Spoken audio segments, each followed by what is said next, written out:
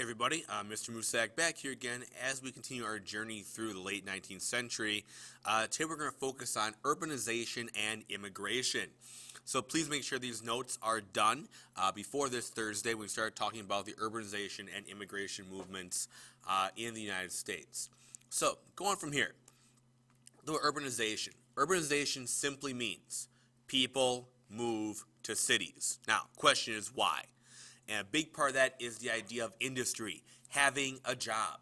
As always, big factories get going. People start flocking to the cities. Remember, were people making money farming at this point? No. So you move back to the city and you start working at a factory. Here's the problem though. As cities get bigger and bigger and bigger, how do you grow? You keep growing out, okay? You're going to take up more land. Instead, we grow up.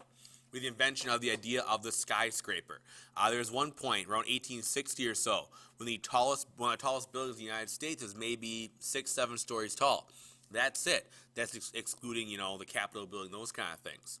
Talking 6-7 stories, that is it, because the iron, the tools they have at the time can't do enough to make sure that the building doesn't fall apart. Instead now, as we create steel, we can have steel girders, more strength, able to build these really tall buildings. The other big invention here is the elevator. Now, the idea of the elevator allows people to move up and down these big, tall buildings. Now, you might think, who cares, right? Let's say we have a 60-story building, give or take, all right? That's a little skyscraper. 50, 40, 50, 60 stories. How many times a day do you want to walk up, 60 flights of stairs? Not going to happen. You always got to have the elevator as a way to make sure that you can get up and down the building.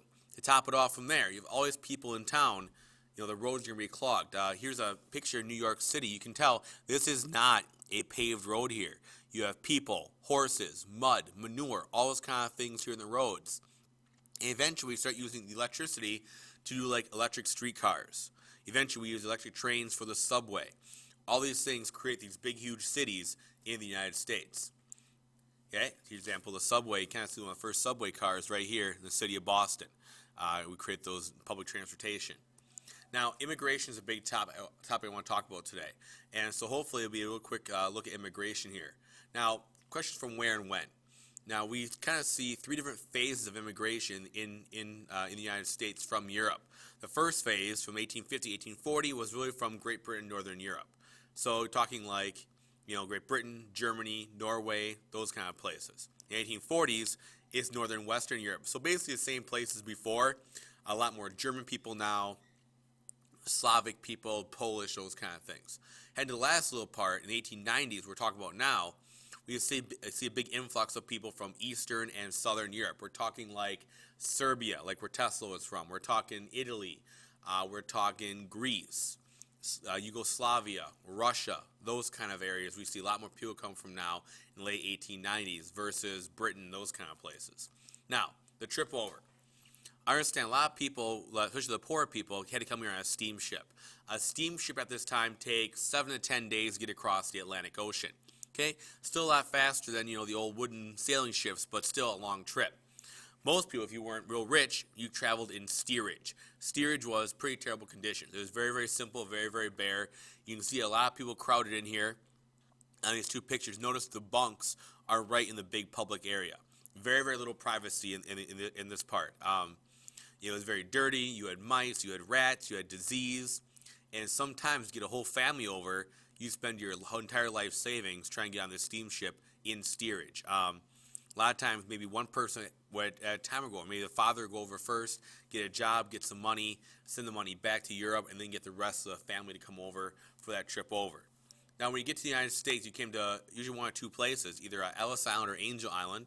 Ellis Island being in New York, Angel Island being in California.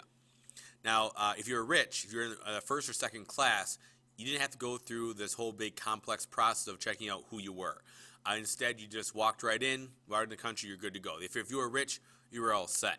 If you came over in steerage, you had to make sure you were a good option for citizenship. So, you had to answer 29 questions. We're actually going to answer these questions in class on Thursday. But you had to answer 29 different questions just to make sure you were good enough to be a citizen. All kinds of different questions we're going to look at. They had to answer. And if you didn't answer it right, good chance you could be deported. Then you had to do a health exam.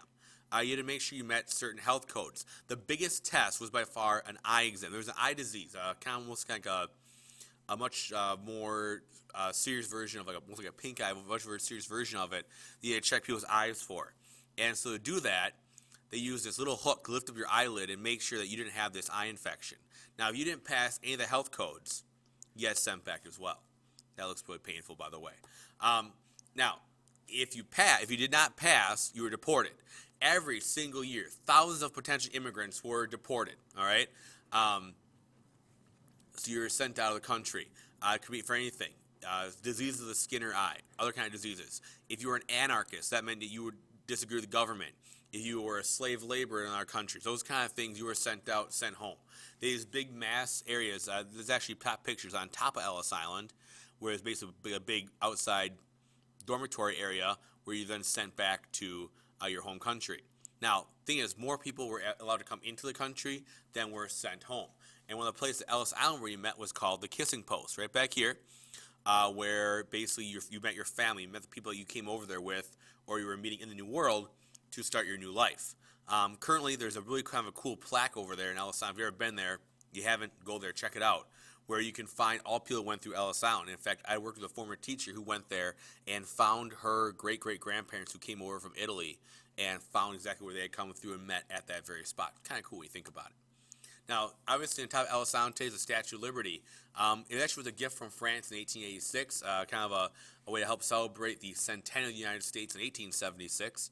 But you notice it's green. It's made of hammered copper, and that green color is what it turned with the oxidation of that copper. It was designed to do that, actually. It was put in Ellis Island, top of the Army Fort, as a way to help welcome all these new immigrants into the United States and into New York City. And there's a little poem on there. I'll read the poem for you real quick. It reads, "Giving your tired, your poor, your huddled masses, yearning to breathe free, the wretched refuge of your teeming shore, send these, the homeless, the tempest-tossed to me. I lift my lamp beside the golden door." And we're asking you guys on your notes to tell me what you think that actually means. Okay, so in your notes, tell me what you think that poem means in your notes. We're going to talk about it on Thursday because it kind of tells a lot about this time period and why people are coming over here. So the question is, why immigrate? Why come here? Now, honestly, right now, immigration is a huge issue in this country, considering immigration from all different parts of the world, especially Latin America. So what do you think of this? First off, just kind of hit pause for a second. After I'm done talking, hit pause in a second, and just write down, why do people come to the United States today? Why do people actually want to come here today is a big question. So I'm going to hit pause. You hit pause. Come back in a minute or two, and we list down why you think people want to immigrate today. All right, guys, thank you for doing that. So we'll talk about why you think people are immigrating today in class on Thursday. But remember, there's always going to be push and pull factors for immigration. Push factors are things that drive people away from where they are. So if they're coming here from Italy, what's pushing them out of Italy? Pull factors are things that say, hey, come over here and check it out. Pull factors are things that say, hey, why do you want to come here? So here's some of the big push factors of this time. First off, in Europe, there's not a lot of land available. Land is very, very scarce. A lot of farmland is taken up, a lot of overcrowded cities. A lot of times families didn't have enough land to give to sons, those kind of things. So not a lot of land available. United States, all kinds of land. So come here, pick land up.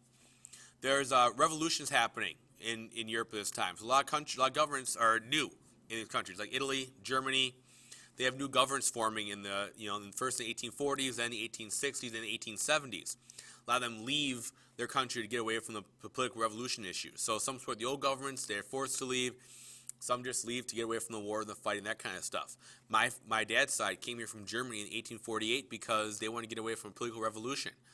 There's a revolution happening in what was called Prussia then, and that's why my family came here to get away from those political problems.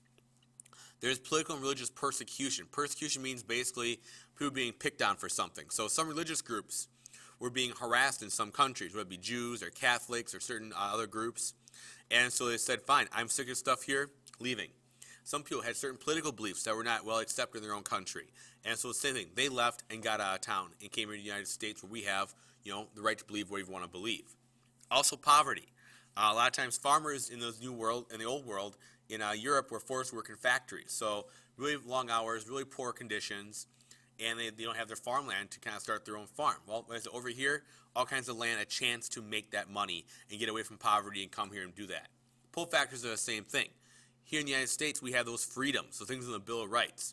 Chance to choose your government, choose your leaders, religious freedom, freedom of speech. Come over here, Get those ideas. Jobs. All kinds of great industrial jobs available. Work in a factory, that kind of stuff. Land. Come here, get a farm, make a living for yourself, all those things. And all those things kind of combine together for hope for a new life. Some people thought they'd come here, hit the restart button, and start right over with their lives and live a great life here. And honestly, a lot of these immigrants honestly thought that the streets of America were paved with gold. They had the idea in their head that if you came here, anybody, hit the right break and make it rich. There are a lot of stories going over how immigrants made money. Guys like Andrew Carnegie, guys like John D. Rockefeller, who were poor, or at least maybe not rich, and became billionaires. Unfortunately, it doesn't normally happen for everybody.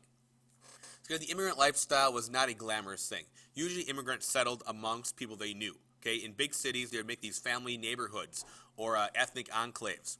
So you go to big cities, you have like Chinatown, Little Italy.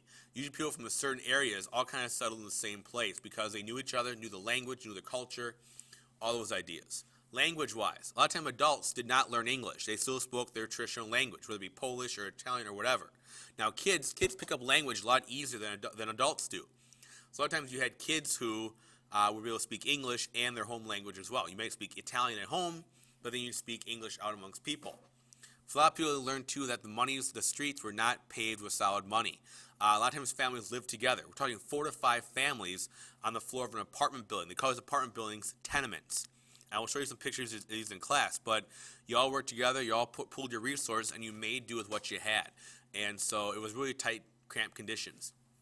Traditional-wise, some people tried to conform with traditional practices and or keep what they had. So you either try to become more American or you keep what you had and you brought over. Food is the biggest thing, okay? Families always brought different food traditions. So like Italy brought pasta and pizza. Poland brought pasties and dumplings, those kind of things. And food becomes a very, very big part of the culture here as you start mixing things together. You have your traditional foods, but plus you start kind of moving them, changing them. And we'll talk more about that as we get to more things in class. But traditions definitely become a big part of the immigrant lifestyle as well. Job-wise, for a lot of immigrants, jobs are tough. A lot of times they're forced to work in factories doing what's called unskilled labor. Unskilled labor means you don't need a real true skill to that job. Basically, you don't need to teach anything advanced. A big part of that was language barrier. If you could run a lever, push a button, run a sewing machine, it didn't matter what language you spoke, you could do it. And a lot of times these immigrants end up working in sweatshops. Sweatshops like this down here, we have a lot of people crammed into a small area, cranking out tons of material in a day. Very, very dangerous, not a lot of safety devices available. Long hours, 12, 14, 16-hour days for very, very low pay. And a lot of times you even had to do what's called piece work, where you got paid for every single piece you made. So if you were sewing, say, neckties, whatever, okay, you'd only get paid for every single necktie you made. Every single necktie you made that you screwed up, you get money taken away. It was not paid by the hour, it was paid by the piece. Now, there are some groups that were not big fans of immigration, just like today. They're called nativists.